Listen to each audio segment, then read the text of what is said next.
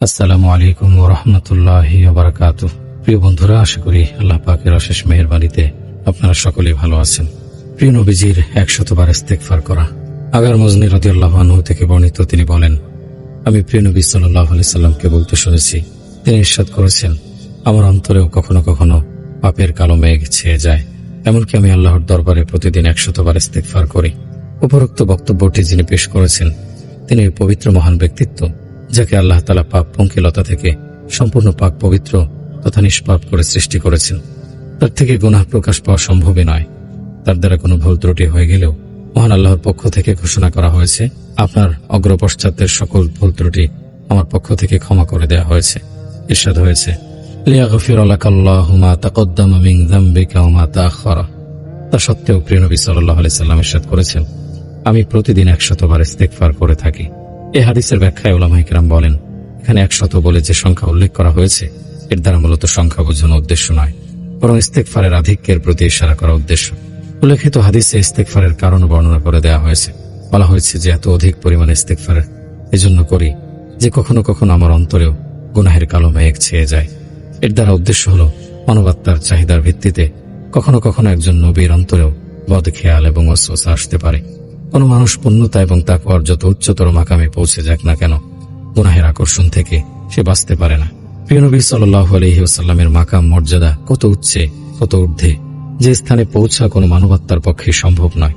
কিন্তু যত ওলি আল্লাহ, সুফিয়ায়ে কেরাম, বুজুর্গানে দিন অতীত হয়ে গেছেন বা বর্তমানে আছেন, তাদের মধ্যে এমন কেউ নেই যাদের অন্তরে কখনো গুনাহের খেয়াল বা ওয়াসওয়াসা আসেনি এবং প্রবৃত্তির কোনো চাহিদা তাদের অন্তরে জাগ্রত হয়নি। মোট কথা, গুনাহের আকর্ষণ মহান অমহান সকলের মনে আসে। তবে পার্থক্য এই যে, আমাদের ন্যায় গাফেল উদাসীনদের অবস্থা হলো গুনাহের সামান্য ঝলকে আমরা আত্মসমর্পণ করে ফেলি এবং গুনাহে লিপ্ত হয়ে যাই। কিন্তু মহান আল্লাহ যাদের উচ্চতর মাকাম দান করেছেন, তাদের মনেও গুনাহের খেয়াল ও ওয়াসওয়াসা আসে, গুনাহের ইচ্ছা মনে জাগ্রত হয়। কিন্তু আল্লাহ তাআলার ফজল করম ও মুজাহাদা সাধনার বরকতে সে সকল খেয়াল, ওয়াসওয়াসা এবং ইচ্ছা কমজোর, দুর্বল হয়ে যায়। ফলে সে ইচ্ছা মানুষের উপর বিজয়ী হতে পারে না। গুনাহের খেয়াল আসা সত্ত্বেও সে খেয়াল কার্যকরী হয় না।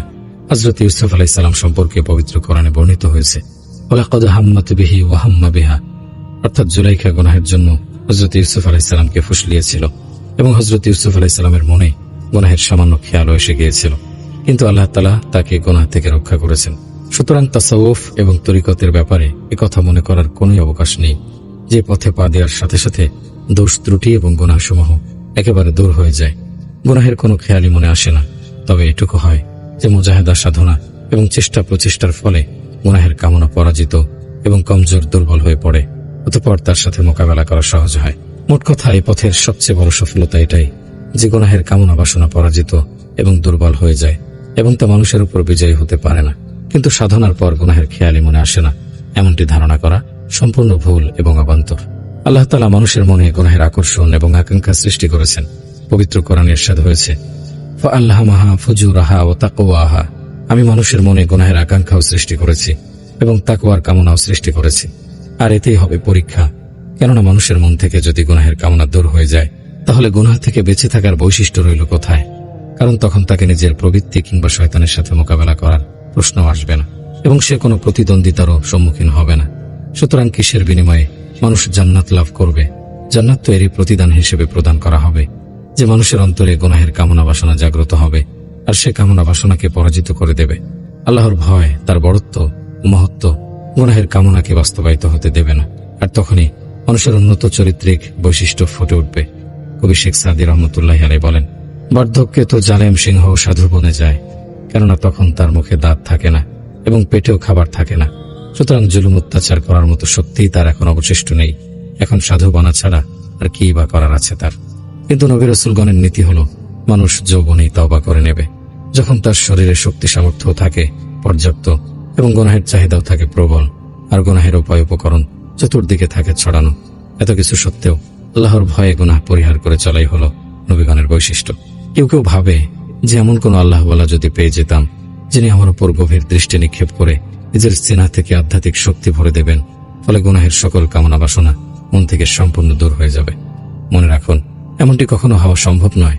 যারা এই ধারণা নিয়ে বসে আছে তারা ধোঁকার জগতে বাস করছে। যদি এমনটি সম্ভব হতো, তাহলে পৃথিবীতে কোনো কাফের অবশিষ্ট থাকতো না। বরং এরূপ ফয়েজের দৌলতে পৃথিবীর সকল মানুষ মুসলমান হয়ে যেত। হযরত থানভী রহমতুল্লাহ আলাইহির খেদমতে একদা এক ব্যক্তি উপস্থিত হল। বিদায় নেয়ার প্রাককালে সে থানভী রহমতুল্লাহ আলাইহিকে সম্বোধন করে বলল, হযরত, আপনি আপনার সিনা থেকে আমাকে কিছু দান করুন।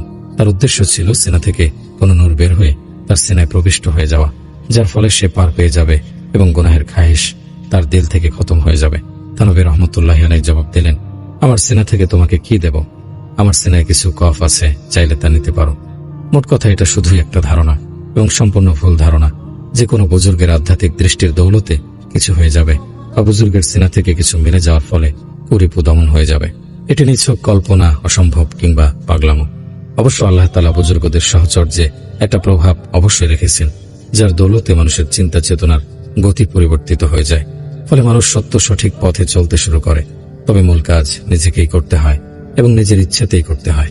মোট কথা, গুনাহের ওয়াসওয়াসা এবং কামনা বাসনা একেবারে নিঃশেষ হতে পারে না, চাই সে যত উঁচু তবগায় পৌঁছে যাক না কেন। তবে গুনাহের আকাঙ্ক্ষা দুর্বল হয়ে যেতে পারে।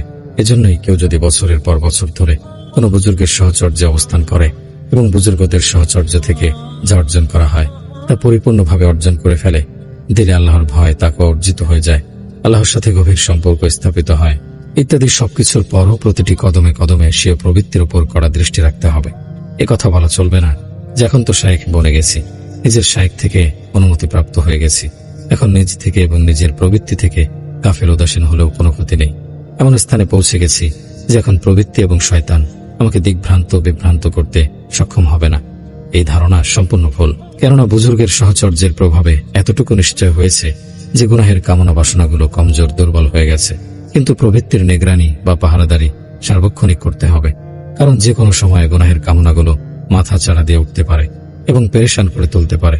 এই জন্যই কোনো কবি বলেছেন, এ পথে উত্থান পতন পাশাপাশি অবস্থান করে, এমনকি শেষ নিঃশ্বাস পর্যন্ত গাফেল উদাসীন হয়ে বসে থাকবে না।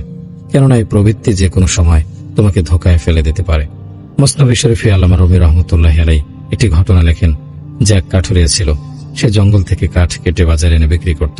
একদা সে জঙ্গল থেকে কাঠের বোঝা বহন করে নিয়ে এলো। ঘটনাক্রমে তার অজান্তে কাঠের বোঝায় শীতে কুকড়ে যাওয়া একটি বড় সাপ পেঁচিয়ে চলে আসলো। বাড়িতে পৌঁছে সে দেখতে পেল কাঠের সাথে একটি সাপ, তবে সাপটির দেহে প্রাণ আছে বলে মনে হলো না। মনে হলো সাপটি মৃত, ফলে কাঠুরিয়ার প্রতি তেমন একটা ভ্রক্ষেপ করলো না। ঘরের ভিতরে ফেলে রাখলো, বাইরে ফেলে দেওয়ার প্রয়োজনও অনুভব করলো না। কিছুক্ষণ পর সাপটি যখন শীতের প্রকোপ থেকে গরম অনুভব করলো, তখন তার মাঝে প্রাণের স্পন্দন সৃষ্টি হতে লাগলো এবং ধীরে ধীরে ফুঁসতে আরম্ভ করলো। এদিকে কাঠুরিয়া অলস নিদ্রায় বিভোর ছিল। এক পর্যায়ে সাপটি তাকে দংশন করে বসলো। এখন গৃহবাসী এই ভেবে অস্থির যে সাপটি তো ছিল মৃত, সে কিভাবে জীবিত হয়ে দংশন করলো। ঘটনাটি উল্লেখ করে মাওলানা রুমি রহমতুল্লাহ আলাইহি বলেন, মানুষের নফস বা প্রবৃত্তিরও একই অবস্থা। যখন মানুষ কোন আল্লাহওয়ালার সাহচর্যে থেকে রিয়াজত মুজাহেদা করে, তখন এর ফলে নফস কমজোর দুর্বল হয়ে যায়, আর তখন মনে হয় যেন সেটি মৃত্যুবরণ করেছে। কিন্তু বাস্তবে সে মরে না। যদি মানুষ তার ব্যাপারে গাফেল উদাসীন হয়ে যায়, তখন যে কোনো সময় সে জীবিত হয়ে দংশন করবে। তাই মাওলানা রুমি রহমতুল্লাহ আলাইহি বলেন, মানুষের প্রবৃত্তিও একটি অজগর সাপ, এখনো সে মরেনি। তবে রিয়াজত মুজাহেদার আঘাত তার উপর পড়েছে বিধায় সে নিস্তেজ হয়ে মূর্ধসম পড়ে আছে। যে কোনো সময় সে সতেজ হয়ে দংশন করে বসবে। সুতরাং একটি মুহূর্তের জন্য প্রবৃত্তির ব্যাপারে গাফেল উদাসীন হয় না। যেমনইভাবে আল্লাহ তাআলা প্রবৃত্তি এবং শয়তান এই বিষধর দুই শক্তিকে সৃষ্টি করেছেন, যা মানুষকে অস্থির এবং পেরেশান করে তোলে।